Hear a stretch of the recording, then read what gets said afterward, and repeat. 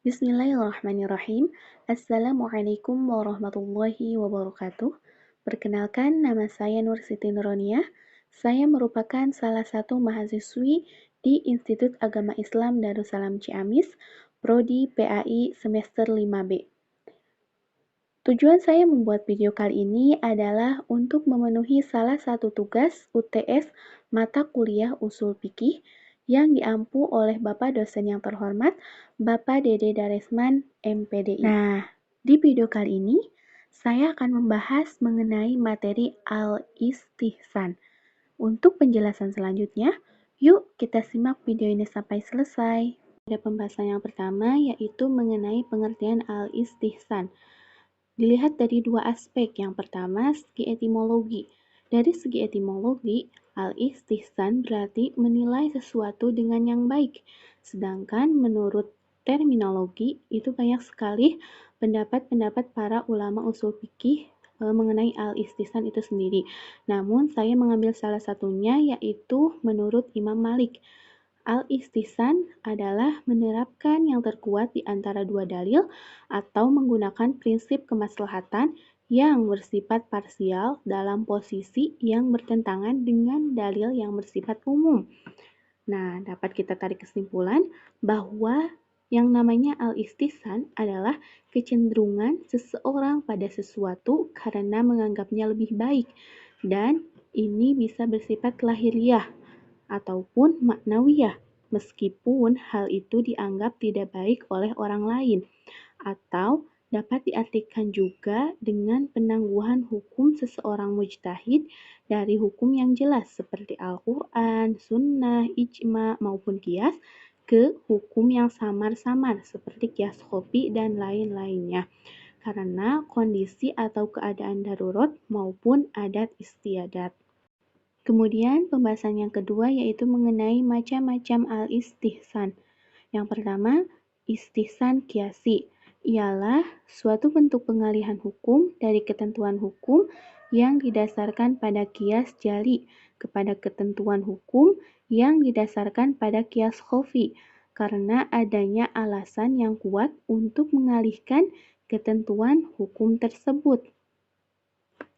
Alasan kuat yang dimaksud di sini adalah yaitu alasan untuk kemaslahatan.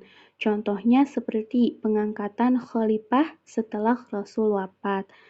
Kemudian yang kedua adalah istihsan istina'i, ialah qiyas dalam bentuk pengecualian dari ketentuan hukum yang berdasarkan pada prinsip-prinsip umum kepada ketentuan hukum tertentu yang bersifat khusus. Istihsan bentuk yang kedua ini dapat dibagi kepada beberapa macam. Yang pertama adalah istihsan bi-an-nas, ialah pengalihan hukum dari ketentuan hukum yang umum kepada ketentuan lain dalam bentuk pengecualian karena ada nas yang mengecualikannya, baik nas tersebut Al-Quran maupun Sunnah. Kemudian yang kedua, istihsan bi al-ijma, ialah pengalihan hukum dari ketentuan umum kepada ketentuan lain dalam bentuk pengecualian karena ada ketentuan ijma yang mengecualikannya. Kemudian yang ketiga adalah istihsan bi al-urf, ialah pengecualian hukum dari prinsip syariah yang umum berdasarkan kebiasaan yang berlaku. Kemudian yang keempat, istihsan bi ad-darurah, ialah suatu keadaan darurat yang mendorong mujtahid untuk mengecualikan ketentuan qiyas yang berlaku umum kepada ketentuan lain yang memenuhi kebutuhan mengatasi keadaan darurat. Kemudian yang terakhir, yang kelima adalah istihsan bi al-marsalah al-mursalah, ialah mengecualikan ketentuan hukum yang berlaku umum berdasarkan kemaslahatan dengan memberikan atau memberlakukan ketentuan lain yang memenuhi prinsip kemaslahatan. Kemudian, materi pembahasan yang ketiga yaitu mengenai sanad istihsan atau sandaran istihsan. Yang pertama yaitu menurut ulama-ulama Hanafiyah menyebutkan ada 4 macam sandaran istihsan, yaitu yang pertama istihsan yang sandarannya qiyas khofi, yang kedua istihsan yang sandarannya urf yang sahih, yang ketiga adalah istihsan yang sandarannya kepada nas. Yang keempat adalah istihsan yang sandarannya kepada darurat. Kemudian yang kedua yaitu menurut ulama-ulama Malikiyah hanya menyebutkan 3 macam sandaran istihsan, yaitu yang pertama istihsan yang sandarannya kepada urf yang sahih, yang kedua yaitu istihsan yang sandarannya kepada maslahat, yang ketiga adalah istihsan yang sandarannya kepada rab al-kharaj. Untuk materi yang terakhir, yang keempat adalah mengenai pro kontra di sekitar kehujahan istihsan.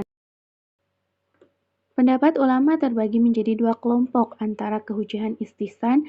Yang pertama, kelompok yang berpendapat bahwa istihsan merupakan dalil syara. Mereka ini adalah madhab Hanafi, Maliki, madhab Imam Ahmad bin Hambal, dan sedangkan kelompok yang kedua yang menolak penggunaan istihsan sebagai dalil syara adalah Imam Asy-Syafi'i, Jahriyah, Mu'tazilah, dan Syiah. Mereka berpendapat bahwa menggunakan istihsan sebenarnya dikendalikan oleh hawa nafsu untuk bersenang-senang dengan cara menggunakan nalar murni untuk menenangkan hukum yang ditetapkan dalil syara. Yang pertama, pendapat ulama yang menggunakan istihsan diantaranya, menggunakan istihsan berarti mencari yang mudah dan meninggalkan yang sulit. Kemudian yang kedua, menurut firman Allah pada surat Ad-Zumar ayat 55 yang artinya, dan ikutilah sebaik-baiknya apa yang telah diturunkan kepadamu dari Tuhanmu sebelum datang ajab kepadamu dengan tiba-tiba, seakan kamu tidak menyadarinya. Yang terakhir adalah sesuatu yang dipandang baik oleh kaum muslimin, maka ia dipandang baik juga oleh Allah Subhanahu wa taala. Sementara itu, untuk yang kedua, untuk menolak kehujahan istihsan, yaitu yang pertama, firman Allah pada surat Al-Maidah ayat 49, yang artinya, dan hendaklah kamu memutuskan perkara di antara mereka menurut yang dituruti Allah, dan janganlah kamu mengikuti hawa nafsu mereka. Nah, ayat di atas menunjukkan bahwa tidak boleh menetapkan suatu hukum kecuali berdasarkan pada nas dan dilarang mengikuti hawa nafsu. Kemudian, yang kedua adalah Rasulullah tidak pernah menetapkan hukum berdasarkan istihsan yang dasarnya adalah nalar murni, melainkan menunggu turunnya wahyu, sebab beliau tidak pernah berbicara berdasarkan hawa nafsu belaka. Dan yang terakhir adalah istihsan itu landasannya adalah akal, di mana kedudukan orang yang terpelajar dan tidak adalah sama. Jika menggunakan istihsan dibenarkan, tentu setiap orang boleh menetapkan hukum baru untuk kepentingan dirinya. Sekian pemaparan materi dari saya, dan terima kasih atas perhatiannya. Mudah-mudahan bermanfaat bagi kita semuanya. Wassalamualaikum warahmatullahi wabarakatuh.